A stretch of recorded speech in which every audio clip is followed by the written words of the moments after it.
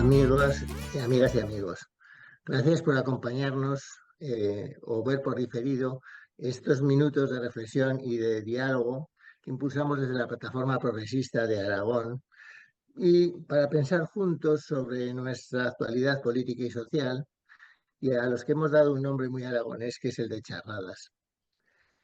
El 8M es el Día Internacional de las Mujeres y por ello hemos pensado que la charrada de este mes la dedicásemos al estado actual del feminismo y sus diversas corrientes. Porque siendo evidente que el feminismo ha ido ganando peso en las últimas décadas, lo es también que algunas de las personas de nuestra plataforma tenemos cierta confusión cuando oímos tantos conceptos y siglas.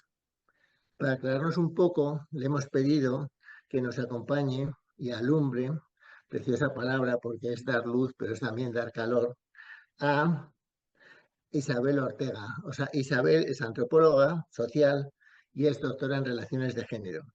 Es profesora de nuestra Universidad Pública de Zaragoza y también en diversas instituciones, como por ejemplo el Servicio de Igualdad del Ayuntamiento de Zaragoza. Es autora de 2 libros sobre los temas de género, lógicamente, sobre temas de la mutilación genital femenina, que fue su tesis doctoral, y también sobre la descolonización de los discursos sobre esta misma mutilación. Asimismo, es autora de diversos artículos en revistas científicas y de colaboraciones en obras colectivas.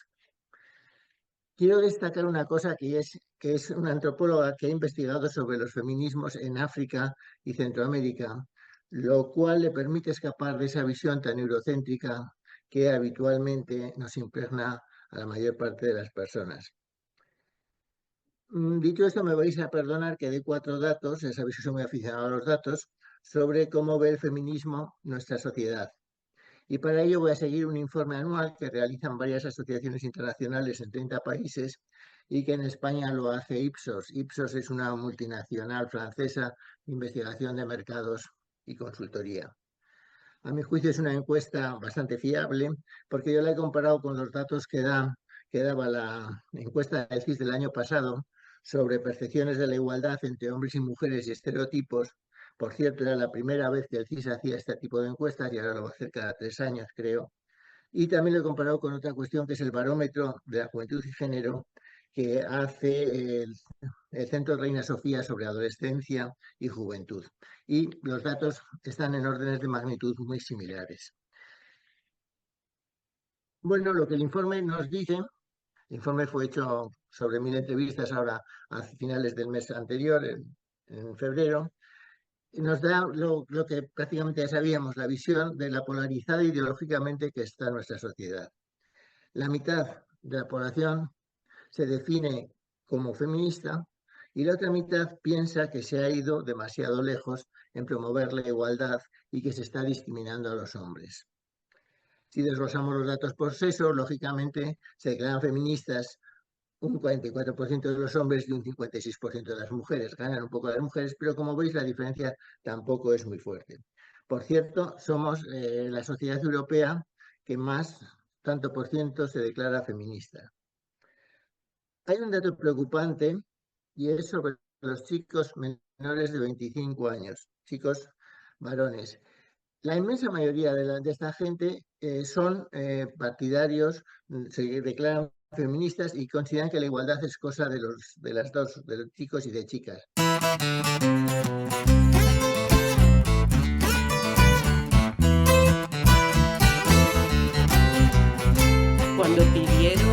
Cuando pidieron a sus compañeros del movimiento que las apoyasen en su reivindicación, ¿no? en adquirir ellas ese derecho al voto, les dijeron que no, porque ellas estaban en el movimiento dentro de ese compromiso de entrega, de lo que era esa asociación de las mujeres con las causas solidarias, etcétera, pero que su sitio era el hogar y, bueno, la maternidad y, bueno, ensalzando toda esa construcción, ¿no? de la feminidad.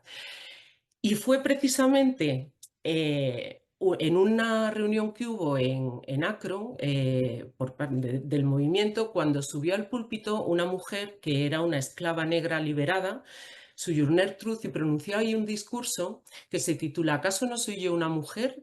Y en ese discurso ella lo que decía es pues que a ella nadie le ayudaba a subir al carro ni a saltar un charco, y acaso no era ella una mujer. Con eso cuestionaba esa idea de feminidad, de delicadeza, de vulnerabilidad, de fragilidad, que hacía que se pensase que las mujeres tenían que estar en el hogar. Y luego decía, he trabajado más duro que cualquier hombre en el campo, he parido 15 hijos, no he podido criar a ninguno porque todos fueron vendidos, y acaso no soy una mujer. Y ahí cuestionaba la idea de la maternidad, ¿no? Como algo esencial.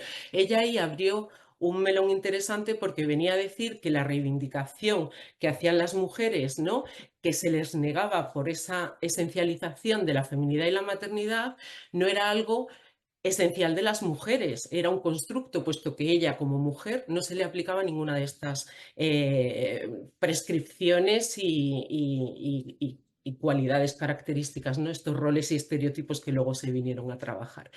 Entonces, claro, ahí tenemos ya, yo siempre lo pongo de ejemplo como un antecedente del concepto de interseccionalidad, ¿no? Qué opresión sentimos según los ejes de discriminación que nos atraviesan. Luego veremos, digamos, un gráfico, un dibujo, una ilustración que muestra pues esa idea de la confluencia de los ejes de discriminación que pues, nos sitúan en una posición o en otra, y que no son la suma de las distintas discriminaciones, sino que nos sitúan en una posición específica donde la discriminación se va a sentir pues, de una manera particular. En este caso, pues no se le aplicaba ni la idea de feminidad ni ese imperativo o condicionamiento de maternidad. Entonces, bueno, hay más luchas por el derecho al voto, ¿no? Más sufragismo, pero nos vamos a saltar. Bueno, voy a poner dos que las pensaba pasar, ¿no? Está en Inglaterra, ¿no?, donde las mujeres empiezan a rebelarse ya de manera organizada ante la desatención por parte de las instituciones y empiezan a hacer actos de boicot, las suffragettes, ¿no?, que fueron muy conocidas. Bueno, en España, Clara Campoamor y el derecho al voto, perdón que pasó esto, ¿no?, que realmente no se articuló dentro de un movimiento organizado feminista, ¿no? Fue una situación muy diferente. Pero pasamos a Simone de Beauvoir. Cuando se consiguió el derecho al voto, el activismo feminista se desactivó, se paralizó, porque parecía que, bueno, que estaba todo conseguido. Y fue la publicación del libro del segundo sexo de Simone de Beauvoir la que, con su recepción en Estados Unidos y su expansión, pues empezó a reactivar esa sensación de que no estaba todo conseguido. Y ella, en esa obra, en El segundo sexo, tiene una frase que dice: no se nace mujer, se llega a serlo. Ella, para llegar a esta conclusión, no voy a entrar en toda la historia, ¿no?, de qué le motiva a escribir este libro ni lo que contiene el libro. Me voy a centrar en esa expresión y en que ella tenía conocimiento de estudios que se habían hecho en la antropología. Ya que somos antropólogas, vamos a meter aquí, ¿no?, un poquito de lo que supuso la antropología para cuestionar la idea de los estereotipos y roles de género, porque Margaret Mead había hecho trabajo de campo en Nueva Guinea y había cuestionado que los roles y los estereotipos de género que hay en la sociedad occidental, bueno, ella hablaba de la sociedad estadounidense, fuesen universales. Mostraba que otras sociedades tenían otros roles y otros estereotipos que contrastaban completamente. Entonces, ella hace esa afirmación: que no se nace mujer, se llega a serlo. Va a ser la cultura la que nos diga en qué consiste ser mujer, que nos atribuya una serie de estereotipos y roles específicos, arbitrarios y culturales. Entonces se va a establecer esa diferenciación entre el sexo biológico, que sería esa parte física, ¿no?, y el género cultural. Todo el artificio, esos estereotipos y esos roles que la sociedad asigna de manera diferencial a hombres y a mujeres. La recepción de ese libro en Estados Unidos va a volver a reactivar el movimiento feminista a través del feminismo liberal. El feminismo liberal va a tener un objetivo principalmente, que es reivindicar la incorporación de las mujeres al trabajo. Denunciando otra vez la mística de la feminidad, ¿no? Y de la maternidad que recluía y que hacía que las mujeres pues, se quedasen en un estado completo de inmanencia, como decía Simone de Beauvoir, y que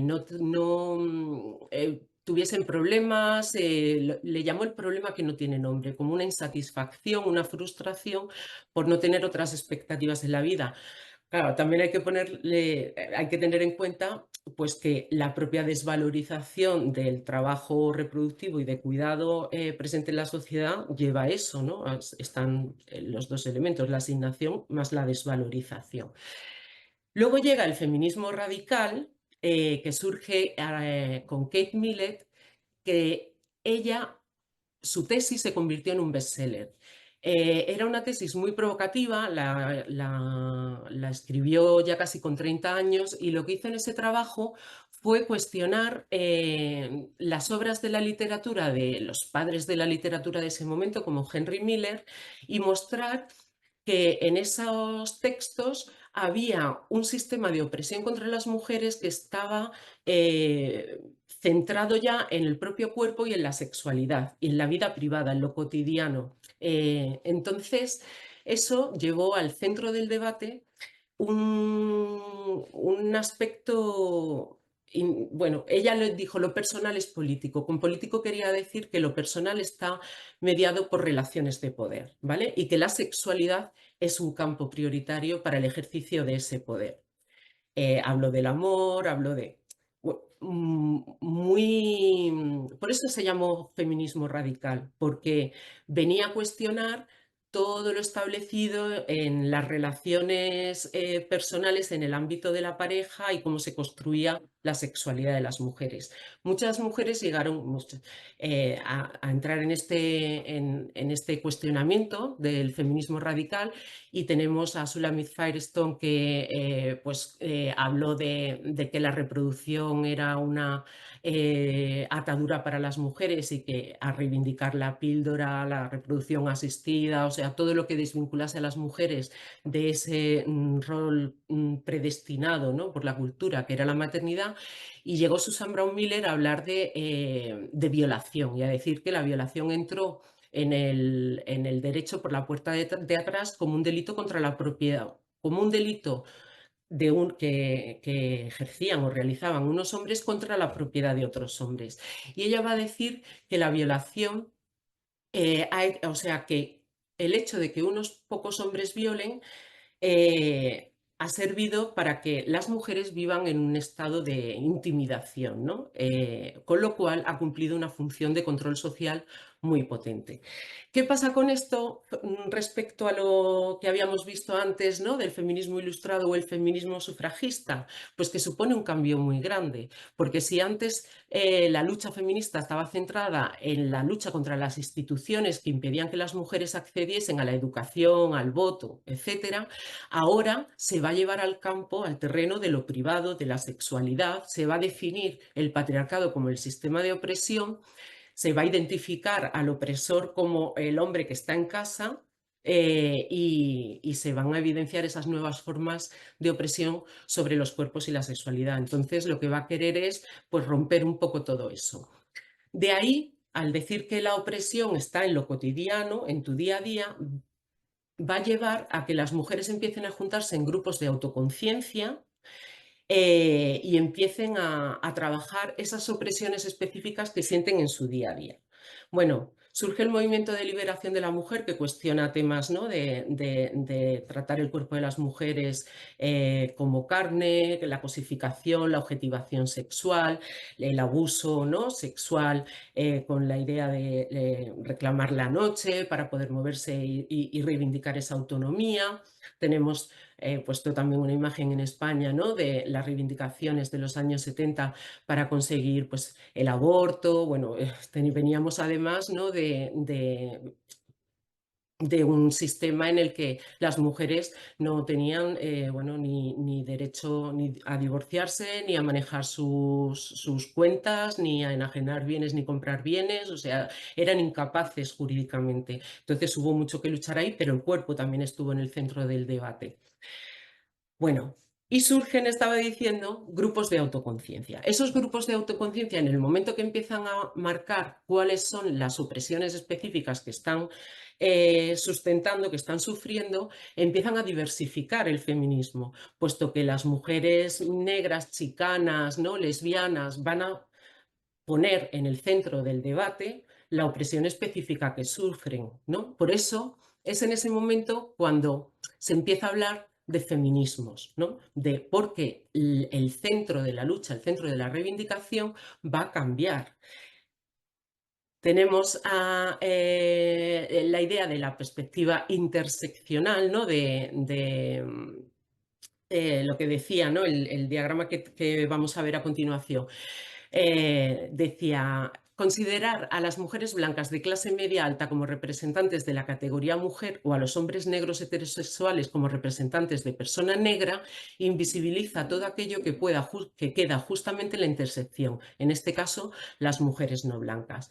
Y ahí se empieza a cuestionar esa idea de la mujer como sujeto monolítico universal, si es aplicable a todas las mujeres. ¿Por qué? Porque la lucha hasta ese momento se había centrado mayoritariamente en una perspectiva feminista noroccidental de clase media y pues feministas afroamericanas. Audre Lorde empieza a visibilizar pues que ella como mujer racializada, negra, lesbiana, pues que sufre una opresión muy diferente, que necesita una lucha específica. Este es el gráfico, diagrama, no sé cómo llamarlo, ¿no?, que representa esa idea de los ejes de privilegio y opresión. Cada línea es un eje donde en la parte de arriba está la posición de privilegio y la parte de abajo está pues, la posición de opresión. Pues hombre arriba, mujer abajo, joven, mayor, con educación o sin educación, la clase social, ¿no?, la sexualidad, el color de piel, ¿no? Todo eso se van a convertir en esos factores específicos que van a situar la lucha en un punto o en otro, ¿vale?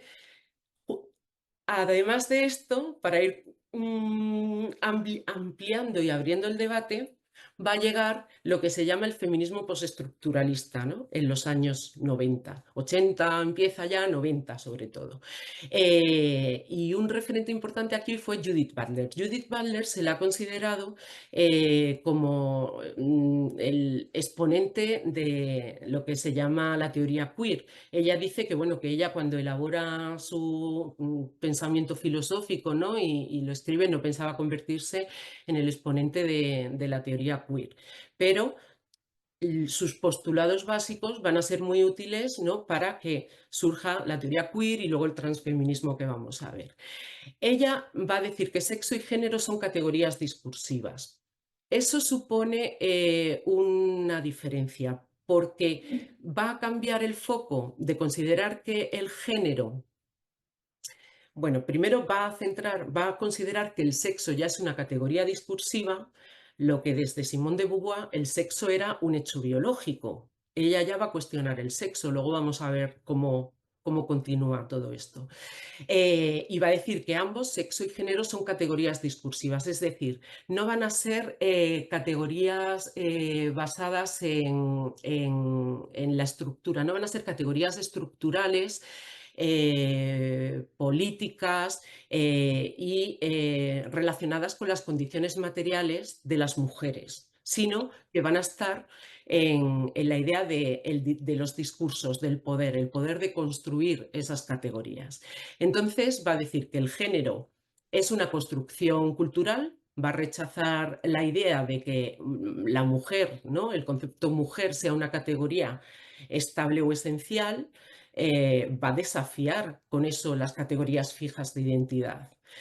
Va a decir que el género es un conjunto de actos performativos, o sea, esa identidad se va a basar en un conjunto de actos performativos Eso significa que no es algo que somos, es algo que hacemos, ¿vale? Y es algo que hacemos constantemente a través de la repetición de normas sociales, ¿no? Cuando hacemos los actos que la sociedad considera que son adecuados, ¿no? Los comportamientos que la sociedad considera que son adecuados para nuestro género, nos aprueba, nos felicita, y cuando no nos comportamos con arreglo a esos comportamientos que están prescritos, nos rechaza. Y así es como se va a ir instalando ese sistema durante el proceso de socialización.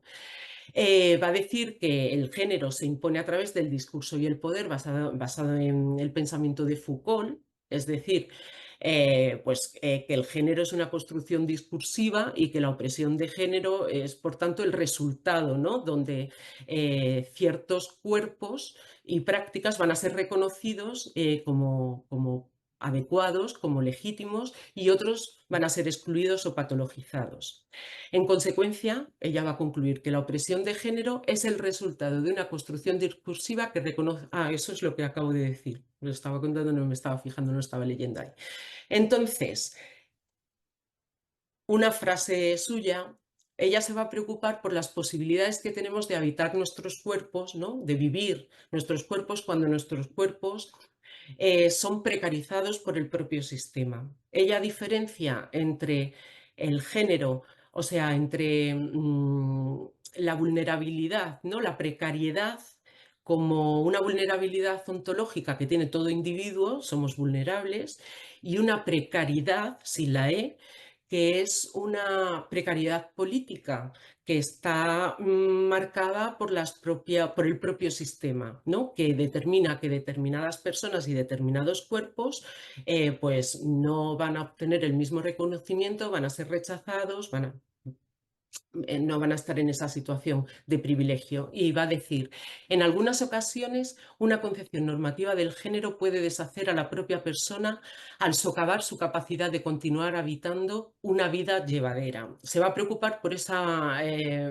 vulnerabilidad que van a experimentar las personas que no encajan en ese sistema sexo-género, porque no pueden realizar esa repetición de actos, que está normalizada discursivamente. Entonces, por aclarar un poquillo, ¿no?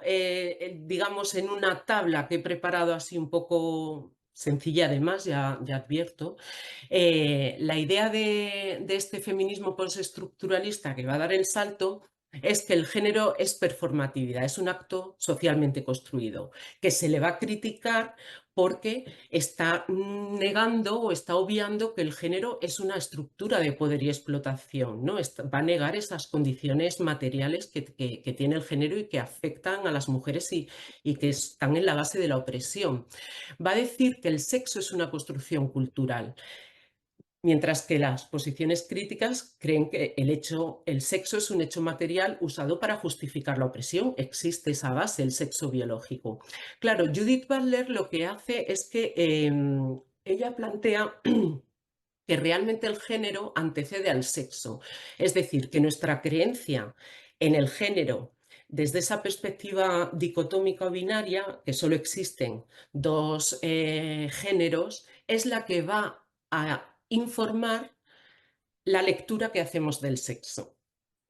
Es decir, pensamos primero, ¿no? Nuestra cultura piensa primero que existen hombres y mujeres y luego etiqueta a los bebés cuando nacen como hombres y mujeres pese a la diversidad. Esto se aplica a través de una bióloga feminista, Anne Fausto Sterling, que en 2005 publicó un libro que se titulaba Cuerpos sexuados, donde ella ya decía que decidir, ¿no?, cuál era el sexo de un bebé era una tarea más compleja de lo que se nos había hecho ver, porque existe una gran diversidad en el campo, ¿no?, del sexo, ya sea, si tenemos en cuenta el sexo cromosómico entre XX y XY, ¿no?, que serían las variantes mujer-hombre, pues existen otras posibilidades, XXY, X0, o sea, otras variantes cromosómicas.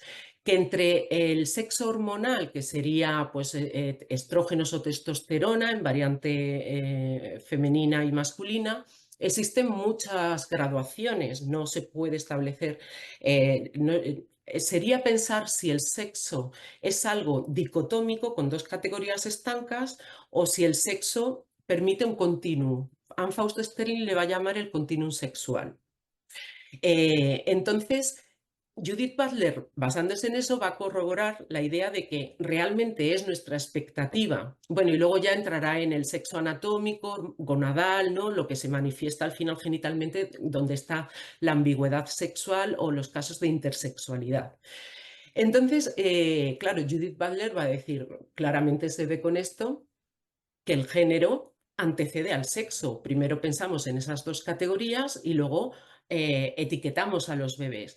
Y además se va a empezar a denunciar los procesos, ¿no?, de intervención quirúrgica que se realizaban a bebés intersexuales bajo el criterio de que si, bueno, bajo el criterio primero de patologización de la intersexualidad, donde se va a denunciar que realmente los genitales no son sanos, solo hay un tipo de intersexualidad que sí que puede derivar, ¿no?, en cáncer, el resto son órganos genitales sanos que no entran dentro de la expectativa corporal que tenemos del sexo de manera dicotómica. Y, y los movimientos de las asociaciones de personas intersexuales, ahora no estoy hablando de transexualidad, si luego al final hay dudas, pues se abre el debate.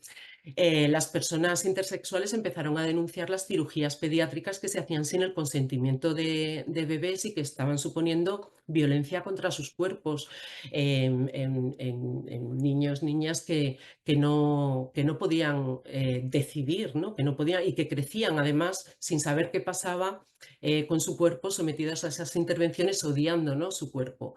Entonces, bueno, ahí se pone ya en evidencia que el sistema algo está fallando, porque además se hacían de una manera muy rápida, se activaba un protocolo donde desde distintas especialidades se valoraba pues cirugía pediátrica, la psicología, yo qué sé, muchas especialidades médicas. Se decidía cuál era el sexo verdadero y empiezan a plantear desde este, ¿no?, pensamiento postestructuralista si es tan fácil definir cuál es el sexo verdadero, ¿no?, puesto que estos casos muestran una variabilidad que debería llevarnos a pensar que no existen solo dos categorías, que no son categorías dicotómicas o binarias, sino que el sexo sería un continuum sexual entre dos polos y tendríamos que hablar más de dualismo sexual, ¿no?, y con muchas posibilidades de configuración corporal. Esa es la base un poco de la esencia de poner el género por delante del sexo a través del pensamiento de Judith Butler. Va a decir que el sexo es una construcción cultural y la respuesta crítica a esta, ya lo he dicho, el sexo es un hecho material usado para justificar la opresión. Van a decir que la opresión de género se da en el lenguaje y en las normas sociales, mientras que la postura crítica cuestiona que sea precisamente el lenguaje, ¿no?, el discurso el que condicione, ¿no?, el que construya, ¿no?, materialice al final ese sexo. Va a decir que está ligado a la explotación económica. Y esa idea de, frente al binarismo, ¿no?, el dualismo sexual, ¿no?, sería la identidad de género es fluida y autodeterminada. Claro, autodeterminada es elegible. Yo puedo decidir, ¿no?, cuál es la identidad de género, se construye, cómo se construye, empieza a surgir, ¿no?, ese debate. Mientras que la perspectiva crítica va a decir que el género es una categoría de dominación que no puede ser elegida porque no se elige que te dominen, ¿no? Es algo que viene impuesto desde fuera para dominar, para justificar además o que sostiene esa dominación o esa opresión. De ahí va a venir el transfeminismo, ¿vale? No se puede ligar directamente el feminismo postestructuralista con el feminismo queer o el transfeminismo, pero es una evolución, una derivación, ¿no?, de esas bases que sienta Judith Butler. Entonces, ¿qué va a hacer el transfeminismo? Pues coger de ahí la idea de que el sexo no es un hecho meramente biológico, sino que es también cultural y va a cuestionar la idea de que existen dos géneros, hombre-mujer, y que dependan exclusivamente del cuerpo biológico.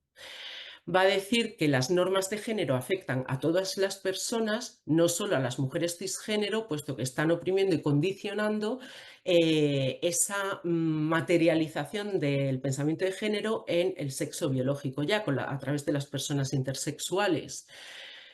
Va a promover la despatologización trans al poner en el centro del foco, va a trasladar, ¿no?, del sexo biológico a la identidad de género el centro de la identidad de una persona. Entonces, dado que la identidad de género es más importante y la identidad de género se forja con 2 o 3 años y no se sabe bien, se estudian los mecanismos por los que se forja esa identidad de género, se cuestiona que el sexo biológico pueda ser el que determine la identidad de una persona, ¿vale? Se pone por delante el género y, por tanto, piensan que es la cultura la que ha hecho esta construcción, ¿no?, de anteponer el sexo y crear esa linealidad entre el sexo y el género, y que como el género está por delante y el género es cómo me siento y cómo me identifico yo de manera seria, profunda, o sea, no es una elección, es un sentimiento que surge. Digamos que el sexo puede ser corregido, ¿no?, a través de esas intervenciones. Ya estoy hablando de otra cosa, no estoy hablando de intersexualidad, estoy hablando de transexualidad. Y que vamos a poder o debemos poder elegir adaptar nuestro cuerpo a nuestra identidad de género sin que se considere que somos personas enfermas, ¿no?, las personas trans, porque eh, el género es el sexo es una construcción cultural y la identidad de género es algo esencial. No sé si me estoy explicando bien, porque entonces eso va a llevar a reivindicar precisamente los procesos de despatologización. ¿Por qué? Porque hasta 2007, para pedir el cambio de sexo en el registro, se pedía un diagnóstico de disforia de género, que era una enfermedad mental incluida en el Manual de Enfermedades Mentales, en el DSM-5. Se pedía tratamiento hormonal, se pedía cirugía de reasignación sexual, o sea, se obligaba a la persona a pasar por una intervención quirúrgica que readaptase su cuerpo, sus genitales, ¿no?, al sexo, ¿no?, que pedía el cambio en el registro. Y lo que van a exigir es que, bueno, pues que se inicie ese proceso de despatologización. En 2007 se elimina las cirugías de reasignación sexual y queda el diagnóstico de disforia de género, tratamiento hormonal durante 2 años, el diagnóstico de disforia de género que tiene que ser mediante un informe médico psiquiátrico, el tratamiento hormonal durante 2 años y ya está, creo. Y luego, lo que ha hecho la ley trans, que lo vamos a ver luego, es eliminar la obligación de tratamiento hormonal y el diagnóstico de disforia de género, ¿vale?, como enfermedad mental. Esto es algo que venía desde Europa ya impuesto, ¿no? Había que despatologizar la transexualidad, pero bueno, se va a apoyar en esta idea, en este pensamiento. Y luego rechaza la idea de que solo las personas nacidas, y aquí viene parte también del debate, con cuerpos femeninos puedan ser mujeres o participar en el feminismo, ¿no? Introducen la lucha trans, ¿no?, dentro del feminismo, porque venía desde el propio ejercicio teórico de desmontar el sistema sexogénero, sirvió de base para empezar a trabajar esta deconstrucción. Entonces, esta está repetida. ¿Qué pasa ahora o qué ha pasado recientemente, ¿no?, con la ley trans? de 2023, pues que ha abierto una brecha muy grande. Bueno, la brecha estaba abierta porque ya en los debates ya se estaba viendo que se ponía por delante muchas veces las reivindicaciones transfeministas. Pero la ley ha enconado mucho el debate. Primero, desde el aspecto, en mi opinión, terminológico. Y es que se empezó a utilizar un término, yo creo que la lucha trans, que el feminismo ha sido muy generoso con la lucha trans, o sea, apoyaba, ¿no? Las reivindicaciones trans en inicio, pero se empezó claro, al final el hablar de autodeterminación de género, vamos a ver, suponía cuestionar la esencia de ese concepto, ¿no? Esa división entre sexo biológico y género como construcción cultural, y la idea que tenía eh, el feminismo, los feminismos, porque insisto, ¿no? Claro, ahí hay muchas, estaban los feminismos lesbianos, feminismos materialistas, feminismo de la igualdad, o sea, hay muchas variantes conceptuales a la hora de establecer el foco de la opresión de las mujeres. Pero bueno, pues habían servido, ¿no? Todos estos conceptos en inicio para desmontar el género y servir, ¿no? Al movimiento trans, que además se sumó a a las grandes conferencias feministas, pero luego puso por delante, ¿no? Su propio interés, ¿no? Ahí yo creo que empieza, ¿no? A producirse esa fractura. Y un elemento a mí que para mí, porque lo terminológico tiene valor, fue empezar a llamar a las feministas que estaban diciendo, ojo, ¿qué va a pasar con la reivindicación que tenemos, ¿no? Cómo hemos conceptualizado el género para visibilizar la opresión material histórica, ¿no? De las mujeres, cómo puede reventar todo esto, pues se acuñó un término que a mí no me gusta nada, que es transexcluyente, el feminismo transexcluyente. Entonces, bueno, creo que eso tampoco hizo bien a encontrar esa posición, ¿no? Un poco de ver hasta dónde se puede buscar puntos en común y reforzar las luchas. Y digo esto porque además es curioso, porque si algo ha caracterizado, ¿no? A los feminismos en esa explosión que he contado que se produce a partir de los grupos de autoconciencia, era precisamente cuestionar si existe la mujer como sujeto monolítico universal, cuál era ese sujeto, ¿no? Y cuáles eran las opresiones específicas que sufría ese sujeto por las que se podía luchar. Y claro, lo que se veía es que las luchas eran diferentes, pero que se apoyaban mutuamente, ¿no? Sin embargo, el transfeminismo, cuando llega, ¿no? a introducirse dentro de los feminismos, lo que quiere es que todos los feminismos apoyen esa lucha por encima de sus propias conceptualizaciones. No sé si me explico. Ahí creo que veo que hay un problema. No se encuentra un punto en el que se pueda sostener una base y una conceptualización teórica que sirva de base a todas las luchas. Entonces, ¿cuál es la solución? Separamos las luchas. Bueno, es complicado. El segundo conflicto fue el conceptual, ¿no? Y es esa idea de esencialización de género como identidad.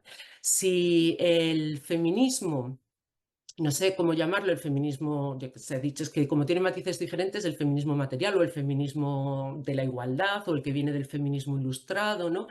Eh, había tenido siempre el objetivo de, partiendo de esa división entre el sexo biológico y el género como construcción cultural, desmontar el género, ¿no? Decir, luchamos contra este sistema que nos impone una serie de roles y estereotipos. El transfeminismo lo que hace es casi poner el género. Hay muchos matices también, porque dentro del transfeminismo pues no es lo mismo la transexualidad que el transgenerismo, pero lo que viene a poner la identidad de género en el centro del debate y a esencializar y ponerla por delante del sexo biológico, lo cual es un choque completo, ¿no? Con la visión que digo del feminismo de cuestionar el género, desmontar el género. Ahora lo que sucede es en lo contrario. La identidad de género antecede y es más importante que el sexo biológico. Y luego las implicaciones que tiene la autodeterminación de género. Primero, porque puede desdibujar, ¿no? La categoría mujer como sujeto político, y surgió por eso la Plataforma por el Borrado de las Mujeres, que creo que agrupa más de 130 asociaciones. Se denuncia que la autodeterminación de género puede producir fraudes o abusos, ¿no? Con el cambio de sexo para, pues, meterse en ventaja, ¿no? A conseguir ventajas de las propias políticas de igualdad, con lo cual estamos luchando, ¿no? Para conseguir unas medidas, ¿no? Unas acciones que compensen los problemas estructurales, ¿no? Los desequilibrios que hay en la sociedad, y si se desdibuja, ¿no? ¿Cuál es qué categoría aplicamos? Pues empiezan a denunciar que eso es problemático. También señalan que produce problemas en espacios diferenciados por sexo, como cárceles, en actividades deportivas, qué pasa con el deporte, la introducción de mujeres trans en competiciones en categorías femeninas supone una desventaja, ¿no? Para las mujeres, porque el efecto, ¿no? de las hormonas pues cuesta, ¿no? Que se pierda cuando se ha producido, ¿no? un desarrollo hormonal beneficiado por la testosterona durante la pubertad, pues se cuestiona que por mucho que luego se tomen inhibidores o bloqueadores, o pues que ya el desarrollo muscular que se ha adquirido da una ventaja, y ahí hay un debate muy interesante. Y luego un problema que se está denunciando ahora mucho es que, bueno, se denunció ya en el momento cuando se estaba debatiendo la ley trans, es qué pasa con las adolescentes, ¿no? Que están confusas, ¿no? Porque es una época confusa en general, ¿no? Y que cuando ven, ¿no? la situación de privilegio que tienen los chicos, pues quieren ser también chicos, pero es algo que es temporal. ¿Qué pasa si en ese momento de confusión tienen acceso a tratamientos médicos hormonales irreversibles? Pues ¿qué pasaría? También se llegó a decir al final las mujeres podrían desaparecer, ¿no? Con esa confusión, en esa confusión de la adolescencia. Y esto sí que se han constituido asociaciones, ¿no? que están denunciando pues, un aumento muy grande de chicas trans, ¿no? y que creen que ahí está mediando un poco también ese problema. Entonces, bueno, vemos ahí, ¿no? que el debate es muy complicado. Bueno, sí, bueno, voy a pasar y luego hablamos, porque yo creo que en todo esto se han quedado un montón de cosas así por correr y no sé si me estoy pasando ya. Voy a decir muy rápido también, otro de los debates actuales, ¿no? es el de la prostitución, qué pasa con el sistema prostitucional. Primero porque ¿no? bueno, aparte de que gran parte del sistema prostitucional está mezclado con la trata de mujeres y niñas con fines de explotación sexual, y qué solución se le puede dar, o sea, ¿cuál es el problema? Aquí hay dos líneas, dos posiciones. Está la posición abolicionista de la prostitución y está la posición regulacionista. La posición regulacionista defiende la legalización de la prostitución como una actividad laboral legítima que debe contar con derechos y garantías. Yo en este tema he leído, bueno, considero además que mantener la prostitución, ¿no? fuera de esa regulación lo que hace es precarizar aún más la situación de las trabajadoras sexuales. Yo en este tema he leído a Dolores Juliano, que trabajó muchos años en el Raval con prostitutas libres, ¿no? Entre comillas, ¿no? que ejercían la prostitución, y ella viene a cuestionar si no estamos teniendo una posición moralista en la que todo está en venta, pero una mujer no puede vender su sexualidad porque tenemos ya prejuicios en torno a la sexualidad de las mujeres. Pero las posturas abolicionistas lo que señalan es que la prostitución es una violencia estructural, ¿vale? Porque requiere de unas condiciones, hay una simetría, ¿vale? Evidente en la prostitución, en quienes son los cuerpos que están, ¿no? en venta, ¿no? Para el sistema prostitucional y quienes son los consumidores, ¿no? de prostitución. Y claro, esa asimetría lo que muestra es una desigualdad estructural. O sea, existen unas condiciones materiales, una mayor dificultad de acceso a recursos, ¿no? y a oportunidades para las mujeres, que hace que muchas mujeres tengan como único recurso la prostitución, con lo cual hasta qué punto la prostitución puede ser una decisión libre o autónoma cuando existen ya esas condiciones materiales que te pueden llevar, ¿no? a eso. Y luego vienen a cuestionar que al final lo que ha estado siempre, ¿no? Y esto otra vez volvemos al feminismo radical, a Millet, ¿no? y a esa idea de la sexualidad, el campo de la sexualidad, ¿no? como un campo de explotación, vienen a decir que al final la explotación sexual y reproductiva es histórica, ¿no? Tenemos el sistema, el patriarcado, lo que ha hecho es convertir a las mujeres, ¿no? pues en objetos para los hombres con ese fin, ¿no? de explotación sexual y reproductiva, ya sea como esposas o prostitutas. Entonces, a mí en este punto me interesa mucho, a la hora de entender la autonomía, qué pasa con las mujeres que ellas mismas se definen como prostitutas libres que ejercen la prostitución como una decisión propia.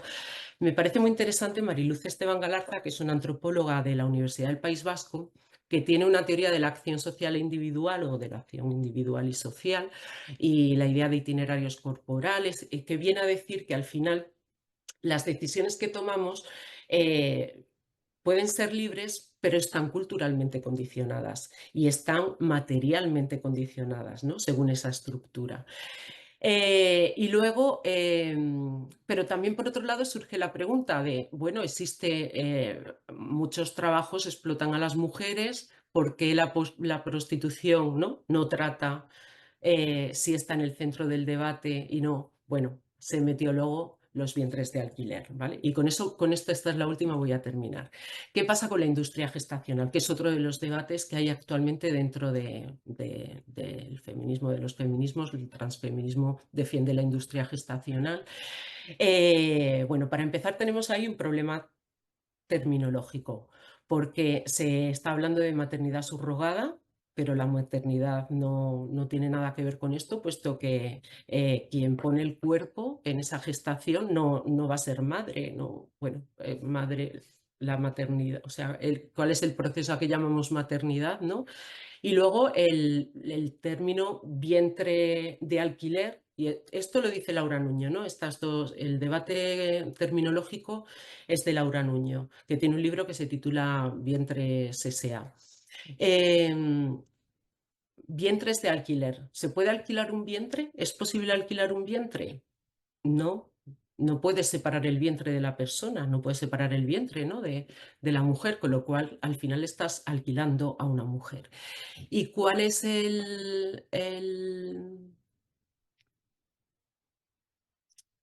digamos, el condicionante que hace que al final mujeres no se presten a entrar en esta industria gestacional, ¿no? como vientres, entre comillas, de alquiler?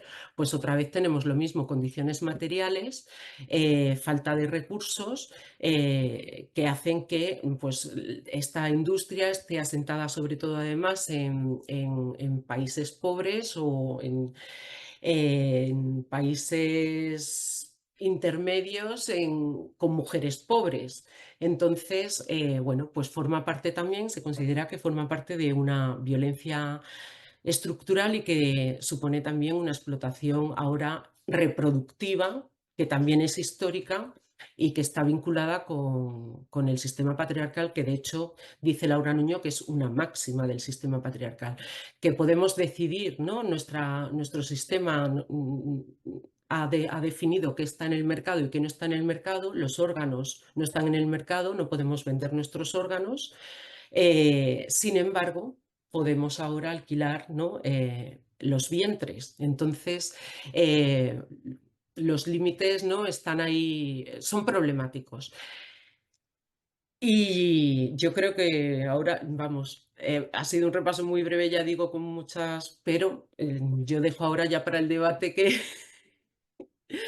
no sé si queréis que profundicemos más en temas de identidad de género, expresión de género. Es que hay tantos conceptos que yo he intentado pasar y, por simplificarlo, dejarlo un poco los conceptos más básicos, pero si queréis entramos en lo que queráis. Muchísimas gracias por la exposición y efectivamente vamos a ver si entre los que nos están viendo hay alguien que pide la palabra, pero ahora no lo veo. Mientras tanto, te voy a comentar una cosa que a mí siempre me impresiona, de un experimento que se ha hecho algunas veces, que es en una consulta, por ejemplo, de médico, dejar un carrito con un niño tapado o niña y que Sí, una sola persona. Y es impresionante porque yo estoy de acuerdo en que si me pasase a mí, al final acabaría haciendo lo que hace casi todo el mundo, que es levantar un poquitín los faldones para saber, por si está vestido de blanco, por ejemplo, que no sabemos por el color que es, para saber cuál es el sexo del niño. Necesitamos realmente la clasificación de género y de sexo para socialmente, estamos ya condicionados a ello, ¿no? sí, a ver, es evidente que necesitamos en general las categorizaciones porque sí, bueno, ¿sigo o no? Necesitamos, al final, funciona, nuestra mente lo que hace es organizar grandes cantidades de información, no, esto es antropología cognitiva, organizar grandes cantidades de información insertándolas en categorías, eso nos simplifica, ¿no?, y lo necesitamos. Pero luego partimos de, en el proceso de socialización, lo que aprendemos, ¿no?, y cómo aprendemos a clasificar el mundo. Entonces, el género es una clasificación, el sexo-género es una clasificación, como digamos, primaria, que se nos enseña, ¿no? Se nos introduce en ella desde el primer momento.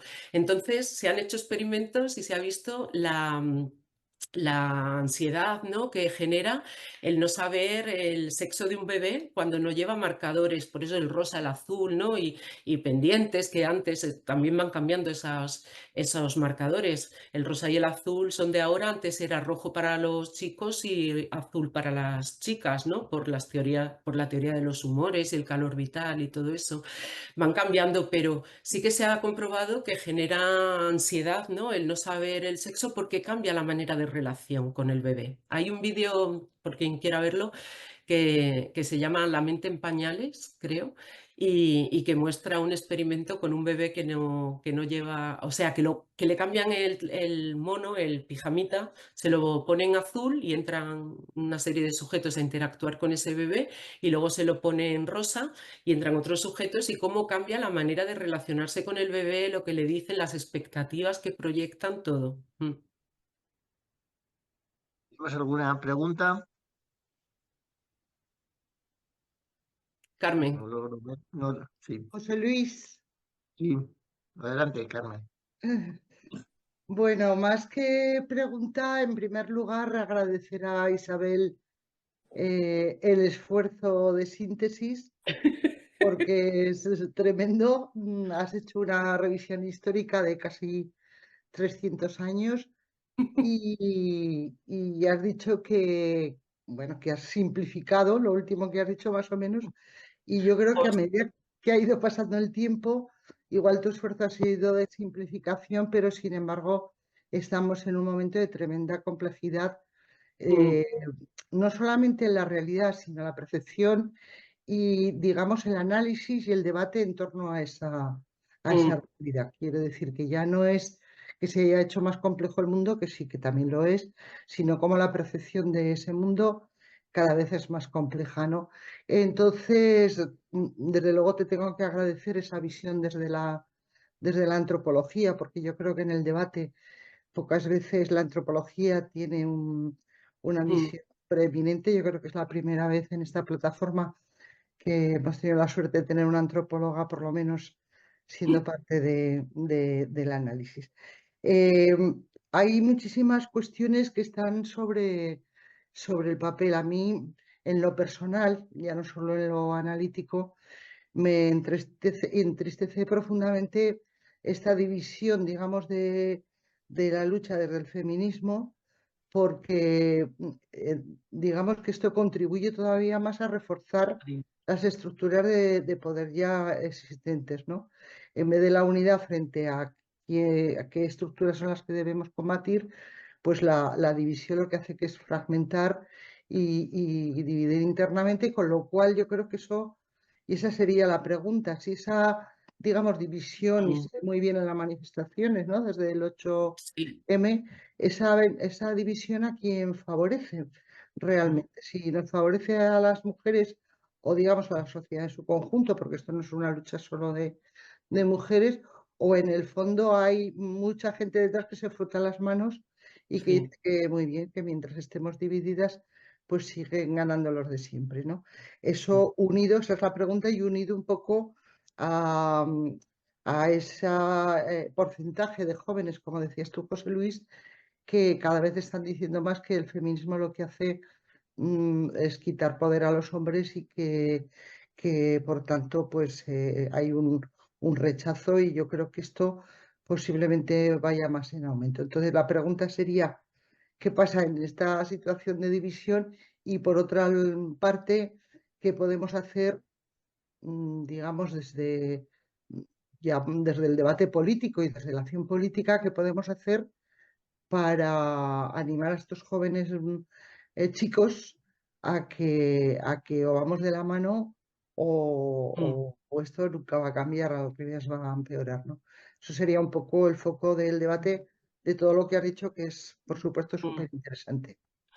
A ver, yo, claro, divide y vencerás, ¿no? En esto yo creo que la energía que se pierde en las luchas, ¿no?, internas, y la imagen que se da hacia afuera, pues al final nos hace flaco favor y beneficia pues a quienes no quieren que cambien las cosas, ¿no? Al patriarcado, porque además lo que están, bueno, solo hay que ver luego en redes pues las burlas que hacen con todo, ¿no? Y cómo tratan. Entonces, a mí lo que me parece aquí es que yo creo que hay puntos interesantes. Quizá es cierto que A ver cómo me meto en este jardín. Quizá es cierto, ¿no? A mí, a nivel conceptual, me parece muy interesante que los feminismos llevan luchando, ¿no?, contra el género, ¿no? Como ese conjunto de roles y estereotipos, ¿no?, con esa intención de desmontarlos, ¿no?, y que no condicione la experiencia y la vida de las mujeres y no limite, y que ahora precisamente se venga a dar la vuelta y a decir que el género va a ser el centro, ¿no?, de la identidad. Me parece interesante porque creo que en cierta medida sí que puede servir para sumar. Yo creo que desmontar el sexo biológico es problemático en cuanto a que es el sustento, ¿no?, de la teoría del sistema sexo-género desde Gail Rabin, otra antropóloga, ¿no?, que fue la que habló por primera vez del sistema sexo-género, partiendo de Simone, que ahí no la he metido, de Simone de Beauvoir. Después dijo Gail Rabin, ¿no?, configuró la idea del sistema sexo-género. Pero si lo que estamos hablando, a ver, es que no me quiero ir a temas como muy conceptuales para que se entienda bien. Si estamos hablando de aplicar el principio de interseccionalidad, ¿no?, y el principio de interseccionalidad ya nos habla de opresiones específicas, ¿no?, podemos construir una lucha unida que parta del principio de interseccionalidad, porque, ¿no?, las realidades, las vivencias, las experiencias son muchas, ¿no? Las opresiones son muy diferentes, pero que puedan sumar, a ver si me explico, que puedan sumar, porque yo desde luego mm, creo que ha sido muy útil toda la teorización que se ha hecho desde el feminismo para el transfeminismo, ¿vale? Para que puedan abrir su lucha, y que no podemos dejar de considerar que las personas trans sufren una opresión que deriva también del sistema de género, ¿vale? Otra cosa es que quieran poner en el centro del debate. ¿Qué pueda pasar ahora con que eso, lo que dice la plataforma por el borrado de las mujeres, ¿no? Si ahora el sexo no es una categoría biológica, ¿qué lo es? Bueno, pues la experiencia, ¿no? de la socialización, ¿no? Basada en el sistema de sexo-género, sí lo es. Es algo que une. No sé si me estoy explicando. ¿Sí? ¿Vale? ¿Y cómo podemos mm, traer a gente joven? Pues no lo sé, no lo sé, porque yo creo que entre la gente joven, muy joven, ¿vale? Estoy hablando de, de 12 a 16 años, yo creo que después se abren un poco las mentes. Pero lo que yo he visto así en institutos, ¿no? Alguna vez y tal, están como muy reactivos. Y yo creo que ahí hay precisamente ese aspecto, ¿no? Las campañas que se están haciendo hablando de la teoría de género, ¿no?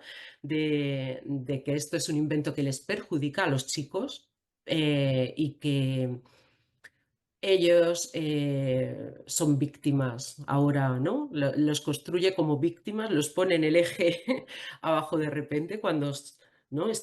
siguen estando en esa situación de privilegio, les hace creer que están en la parte de abajo, ¿no? De esa raya, ¿no? De los ejes de opresión, por culpa del feminismo.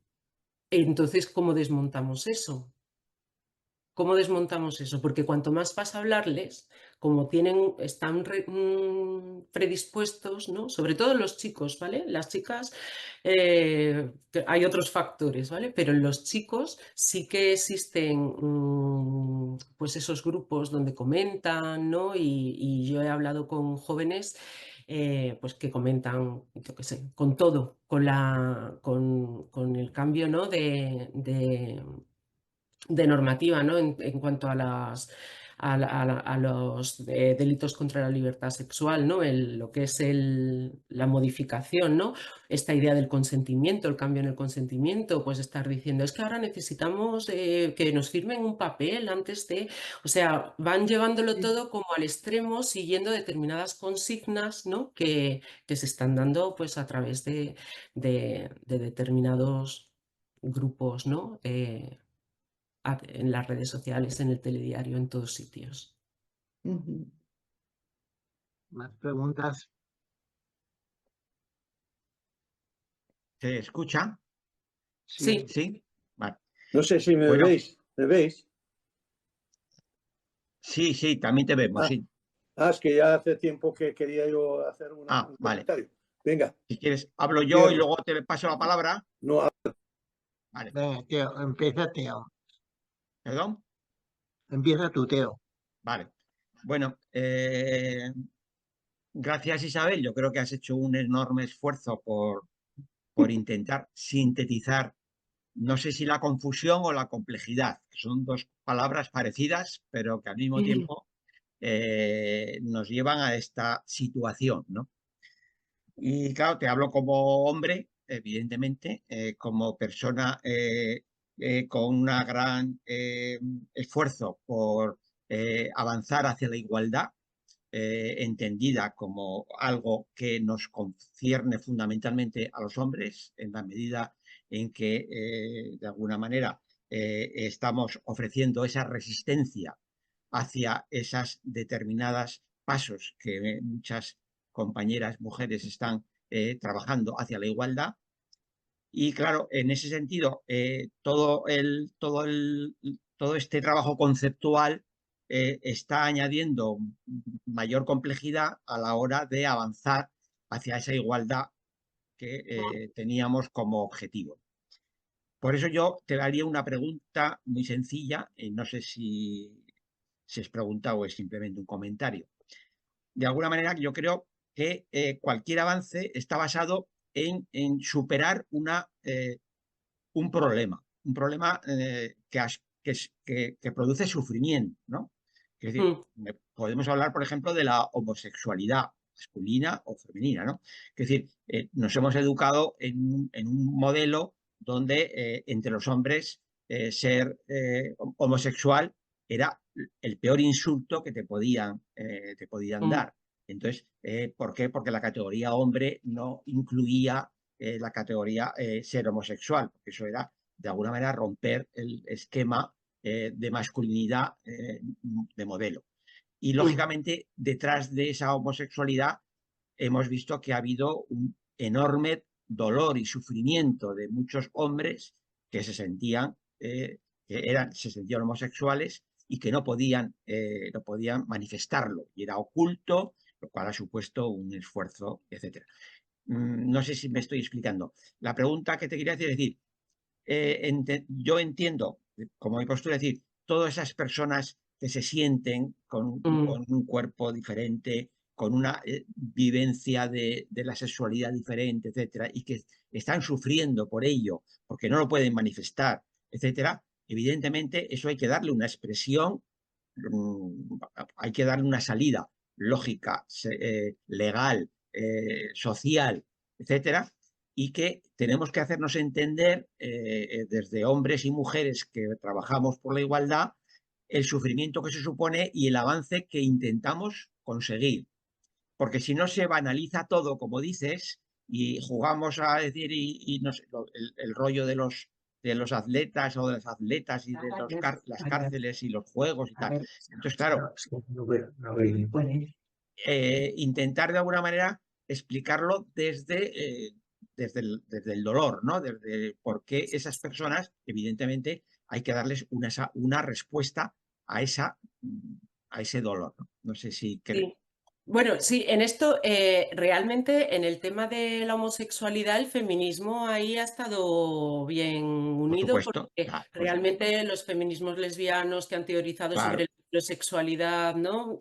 Claro, lo enfocaban hacia que oprime a las mujeres por ser movimientos feministas, pero lo que estaban era cuestionando, ¿no? la heteronormatividad, ¿no? Y ahí correcto. no ha Eso, habido ninguna fusión, al revés, por eso ahí ha habido un apoyo. El conflicto está con claro, la transexualidad, ¿no? Con la idea claro, de que una mujer trans pueda considerarse un sujeto político del feminismo y acceda a las luchas, o acceda, ¿no? a los beneficios, ¿no? De las políticas de igualdad, ¿no? Un poco por ahí, también por desdibujar un poco. Entonces, al final, ¿en dónde pones que es? Pero ahí, claro, yo es que he ido muy rápido.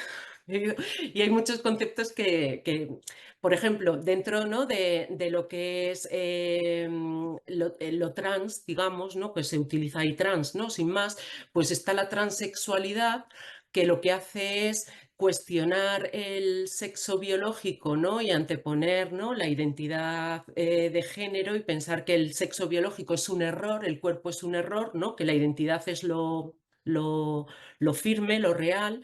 Y luego está el transgenerismo, claro, es que está todo luego ahí. Y el transgenerismo lo que hace es cuestionar al final está más cerca de la expectativa de eliminar el género en cuanto a ese paquete, ¿no? de roles y estereotipos porque se apropia, ¿no? El transgenerismo dice, con independencia de cuál sea mi cuerpo, el género, como es una construcción cultural, yo puedo ponerme lo que quiera. Y en cualquier caso, tanto personas transgénero como personas transexuales sufren muchísima discriminación y transfobia. O sea, es evidente que, como decías al principio, luchar por una sociedad mejor es luchar por los derechos y ver cómo pueden integrarse una lucha que lo que haga es que todas las personas puedan habitar sus cuerpos. Y nos perdemos muchas veces en temas de categorías y tal, pero el objetivo tiene que ser que todas las personas individualmente, ¿no? Da igual, los ejes de intersección lo que hacen es que nos sitúan en puntos diferentes a todo el mundo, ¿no? Ahí, se van mezclando ahí esos ejes y nos sitúan en una posición muy específica. Entonces, que rompamos las barreras que oprimen a las personas por su sexo, por su género, por su sexualidad, por lo que sea, ¿no? Y eso es lo que el feminismo ha estado siempre luchando por eso. correcto. Gracias. Nada.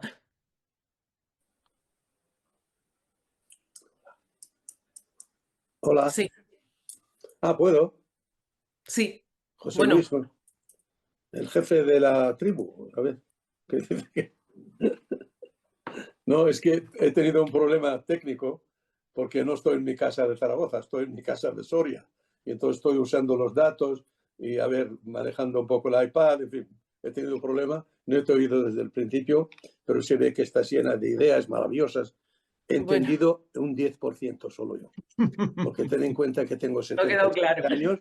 No, en serio, que tengo 76 años, soy de Jordania, vengo de una mentalidad, pero he ido construyendo mi mentalidad poco a poco, pero he sido de izquierdas toda la vida. Yo he defendido siempre a los débiles, toda mi vida.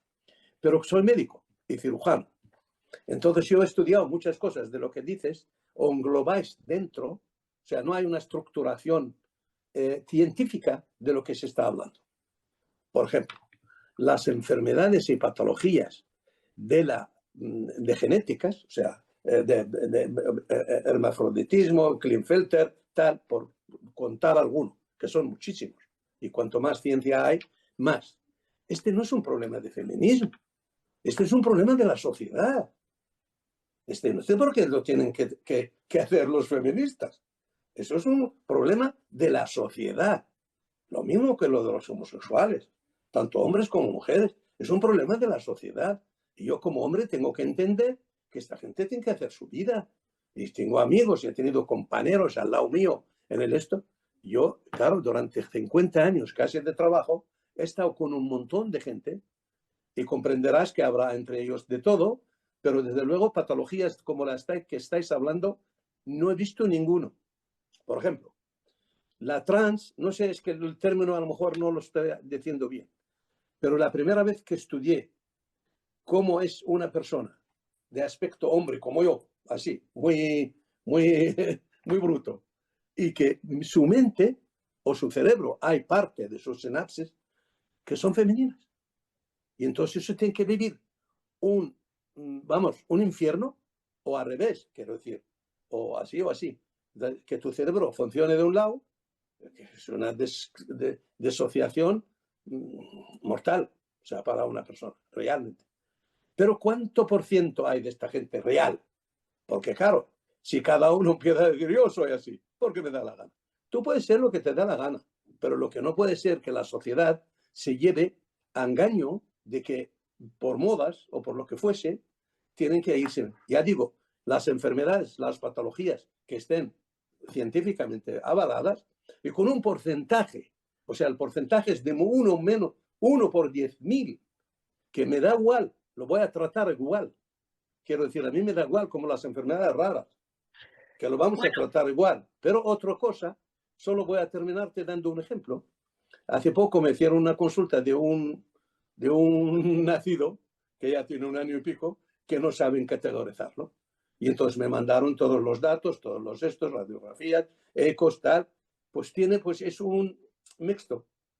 Y entonces mi opinión era, tal como has dicho tú, ya lo querían operar. Digo, primero, quirúrgicamente está contraindicado. No se puede tú ir a un niño o niña, es que no se sabe todavía, que le quites la gónada, aunque funcione o no funcione, para que sea chica, o al revés, que le aumentes un poco los labios o el clítoris para que sea pene. Porque hay un problema muchísimo más grave en su producción hormonal. Entonces, mi opinión era de que se espere hasta los 15, es ilustrativo creo lo que estoy diciendo, sobre este caso especialmente, que tenga sus 15 años, que haga el cambio y veamos cómo es su tendencia y cómo es eso, y entonces se le puede ayudar en un lado u otro por la ciencia. Pero lo que sí quiero insistir es que los problemas de esta gente no es feminismo, es social, de toda la sociedad. Los hombres también, los hombres de buen pensamiento. A ver, no voy a decir de buena voluntad porque si no parecerá que soy cura. Pues no lo soy. Simplemente eso, y te agradezco esto muchísimo, aunque me he perdido parte por la dichosa tecnología, hija. Gracias. No, gracias a ti. No, claro, es un problema de toda la sociedad, todo. O sea, las reivindicaciones feministas, las reivindicaciones trans, ¿no? Las personas racializadas, ¿no? Los derechos. Esto debería interesar, ¿no? Y luchar por esto toda la sociedad, porque al final es construir una sociedad mejor. Con el tema de la intersexualidad, claro, eso no se puede. Ahora, además, se llama la ley trans, ¿no? Pero habla también de la intersexualidad y se regula, porque al final lo que tenemos que admitir es que la medicina tiene tendencia a patologizar y a construir síndromes que mientras no sean situaciones que deriven, ¿no? en una pérdida de salud, ¿no? ¿Por qué no entrar en esos esquemas, ¿no? corporales? Va a ser una enfermedad. ¿Por qué vamos a manipular los cuerpos en bebés que no pueden ni siquiera prestar consentimiento? Lo que decía Cheryl Chase de la ISNA, de la Asociación Norteamericana de Intersexualidad, tiene una frase muy buena. Dice, como cultura o como sociedad hemos dejado en manos de la medicina la capacidad de patrullar las fronteras del sexo, dejando que los intersexuales se recuperen como puedan solos y en silencio de la normalización violenta. Me parece muy potente esa frase porque si no tiene, claro, si no hay un desarrollo, ¿no? De enfermedad, con un problema de salud, es un tema meramente de que no encaja en las categorías tal y como las hemos construido, pero es que igual la diversidad es mucho mayor, ¿no? Porque tenemos que forzar a los cuerpos a estar en un lado o en otro cuando son bebés, pues cuando sean mayores y quieren hacerse algún tratamiento, pues que se lo hagan libremente, que lo decidan y que se lo hagan, ¿no? Sería un poquito ese es el planteamiento que hace además la ley de 2023, ¿no? Protege los cuerpos de bebés de las cirugías pediátricas. No sé si has Bueno, dicho algo más y que te hubiese que añadir, no me acuerdo, no lo he apuntado. No sé si No, sí, el ejemplo que te he dado o que he comentado va en tu línea, pero lo que sí no puedes excluir a los médicos ni a la No, no, no, ciencia. al revés, no, no. Eso es imprescindible, porque hay trabajos fenomenales. me perdonáis un momentito, vamos ya avanzado. ¿Qué más Perdón, es que palabras como me quería he intervenir? preguntado. Yo quería. ¿Qué más palabras querían? Sí. Carmen, Sí, Jordán, ¿quieres? sí. Mira, que me ha Sí, parecido entender que antes que había algún punto que no estabas de acuerdo con la regulación de la ley trans tan polémica. Me gustaría saber un poco tu opinión al respecto o aquellos puntos de la misma que podrían o deberían mejorarse o al menos que no nos sirva para separarnos, no sé. A ver, yo estoy de acuerdo con la idea de despatologización, ¿vale? Con que no se considere la transexualidad una enfermedad, ¿no? Y con que las personas trans tengan pues derecho, ¿no? a acceder a los tratamientos para poder hacer una reasignación, ¿no? Porque me parece una barbaridad, ¿no? Prolongar el sufrimiento de una persona trans, o sea, la transexualidad existe, ha existido siempre.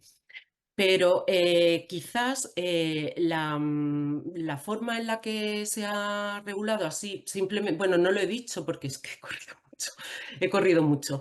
Simplemente hay que solicitarlo, ¿no? Y ratificarse a los 3 meses las personas mayores de 16 años. Las personas, los menores de 14 a 16 tienen que hacerlo con el consentimiento de sus progenitores o tutores legales y los menores de 12 años con autorización judicial, ¿vale? Pero no requiere un poco ningún acompañamiento. Yo no digo patologizar, que se considere una enfermedad, que haya un diagnóstico de disforia de género, pero yo creo que estos procesos sí que necesitan un acompañamiento. Lo necesitamos en todo, o sea, tener un acompañamiento psicológico, ¿no? médico, para un cambio tan grande, pues me parece mínimo, ¿no? Ese seguimiento, ese confirmar que realmente no son otros problemas los que te están llevando, ¿no? O sea, porque sin negar que la transexualidad existe, ¿vale? Sino, bueno, que puede haber otros conflictos, momentos de la vida, ¿no? Esa etapa adolescente. Hay niños o niñas que se ve clarísimo desde los 2 o 3 años que su identidad de género no coincide con su sexo biológico, ¿vale? Y es una cuestión. Pero hay casos de mucha confusión, de mucho tal, y yo creo que hay que hacer un acompañamiento. No se puede dejar tampoco, ¿no? De esa manera, ¿no? A su suerte. Venga, sí, pues a la base y te cambias y a los 3 meses lo ratificas. por los efectos que tiene, ¿vale? No porque tuviese algún problema, ¿no? Pues si luego te arrepientes, ya está, pero por los efectos que pueden tener los tratamientos. No sé Yo si... vamos a ir a, no sé si te ha contestado Carmen. Sí, sí, me ha contestado. Sí. Yo creo que estamos ante temas, como hemos dicho, temas muy complejos. Yo creo que lo que fundamentalmente todos que estamos aquí pensamos en la gente que está sufriendo, y en ese sentido yo creo que se han abierto campos que hay gente que los está aprovechando y que está saliendo su problemática. Yo en esto siempre pienso lo mismo, yo pienso en la curva normal, es decir, el tema de ser hombre o ser mujer, es un tema de curva normal en la que influyen muchas cuestiones, desde el tema genético hasta el tema hormonal, etcétera, y esas dos curvas normales en muchas ocasiones se cruzan. Entonces nos encontramos con muchos casos, con mayor o menor minoría, porque a mí, aunque solamente sea el 1%, me preocupa también el que esa gente tenga. Entonces, esta complejidad, que es muy difícil desde el punto de vista teórico, y que muchísimas gracias porque lo has explicado francamente bien, evidentemente a la hora de la realidad mm, se, se materializa en personas. Yo creo que estamos logrando disminuir el dolor de muchas de estas personas y eso yo creo que es positivo. Mm. No sé cómo lo ves, Isabel. Sí, sí, sí, no, yo creo que ese es el objetivo. Para mí es fundamental. Lo que no podemos es encornarnos en debates meramente teóricos que bloqueen cuál es al final ¿no? el objetivo final, que es pues permitir que todo el mundo pueda desarrollar su vida, su personalidad, ¿no? Su identidad. Libremente, sin estas constricciones, ¿no? Que vienen del sistema y que muchas veces también vienen de paradigmas de pensamiento científico que cambian a lo largo del tiempo, ¿no? Que se han evidenciado, porque basta con irte a otra época y otro tiempo y compararlo con otro paradigma científico para ver que nuestras ideas, ¿no? En torno al cuerpo, a la medicina, pues cambian. Y me refiero con esto a la teoría de los humores, cuando pensaban que solo existía un sexo, que era el hombre, y que la mujer era una versión imperfecta que no expulsaba los genitales porque los tenía retenidos en el interior, que estaba más cerca de la idea del dualismo sexual frente a la dicotomía, al binarismo sexual. Y entonces todo se justificaba desde la medicina, ¿no? En esa línea, ¿no? De un solo sexo el varón y la mujer una versión imperfecta. Bueno, pues en el paradigma más reciente de la medicina, pues fue, ¿no? Fue en la segunda mitad del siglo XVIII, ¿no? Cuando se pensó que los sexos eran dos inconmensurables, separados y sin capacidad de tránsito, ¿no? Eso se instituyó en la segunda mitad del siglo XVIII. Entonces, bueno, pues estamos ahora como en un nuevo cambio de paradigma en el sentido de que se cuestiona, bueno, es mucho más diversa la sexualidad de lo que pensamos, muchísimo más diversa. Y vivimos unos tiempos en los que existe una necesidad de categorización, de reivindicación, solamente pensar en la explosión de categorías en torno a la sexualidad que ha habido en los últimos años, ¿no? Que antes se decía heterosexual o homosexual, ¿no? Luego no, pero bisexual también, no, pero ahora hay pansexualidad, grisexualidad, sapiosexualidad, ¿no? Y la gente las personas tienen necesidad como de ubicarse en esas categorías y reivindicar su categoría. ¿Por qué? Por ese planteamiento desde la interseccionalidad de ver, ¿no? Yo reivindico mi categoría para ponerla en el discurso político, ¿no? Entonces, pues hay que entender eso, que son nuevos tiempos, que hay nuevos cuestionamientos, nuevos debates y que tenemos que ver de qué manera podemos hacerlo para que no perjudique ninguna de las luchas. O sea, que la lucha porque todo el mundo tenga una vida mejor, una vida digna, ¿vale? Vaya fluyendo y buscando esos puntos en común. Yo siempre intento quedarme con, esto me parece muy interesante, todo lo que sea cuestionar esas casillas, ¿no? Y me parece muy interesante y lo que hay que buscar es esos lazos de unión y apoyo, o sea, pienso. Y es en definitiva crear riqueza si nos mantenemos en la unidad de acción del respeto a las personas y queremos el desarrollo de esas personas. Entonces, yo creo que eso podría ser un poquitín el resumen y punto final de esta charrada. que os agradecemos bastante a todos los que habéis participado y sobre todo a ti, Isabel. Y como bien decía, me parece que era Carmen antes, en la visión de una antropóloga, la verdad es que a mí me ha encantado totalmente, porque tienes una riqueza y una amplitud de miras y precisamente lo que estamos hablando al final, y un ser capaz de unir y de no elegir una sola cosa, sino descubrir que esa riqueza es positiva siempre y el debate es siempre positivo, que es lo que creemos desde esta plataforma y que por eso hacemos estas reuniones. Muchísimas gracias a todos que habéis participado y muy especialmente a ti, Isabel. Gracias. Gracias. Adiós. Gracias. Hasta luego.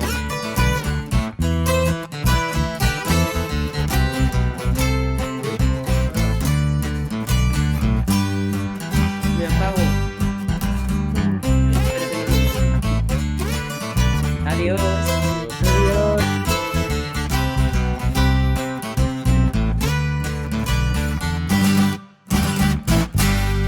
Se deja.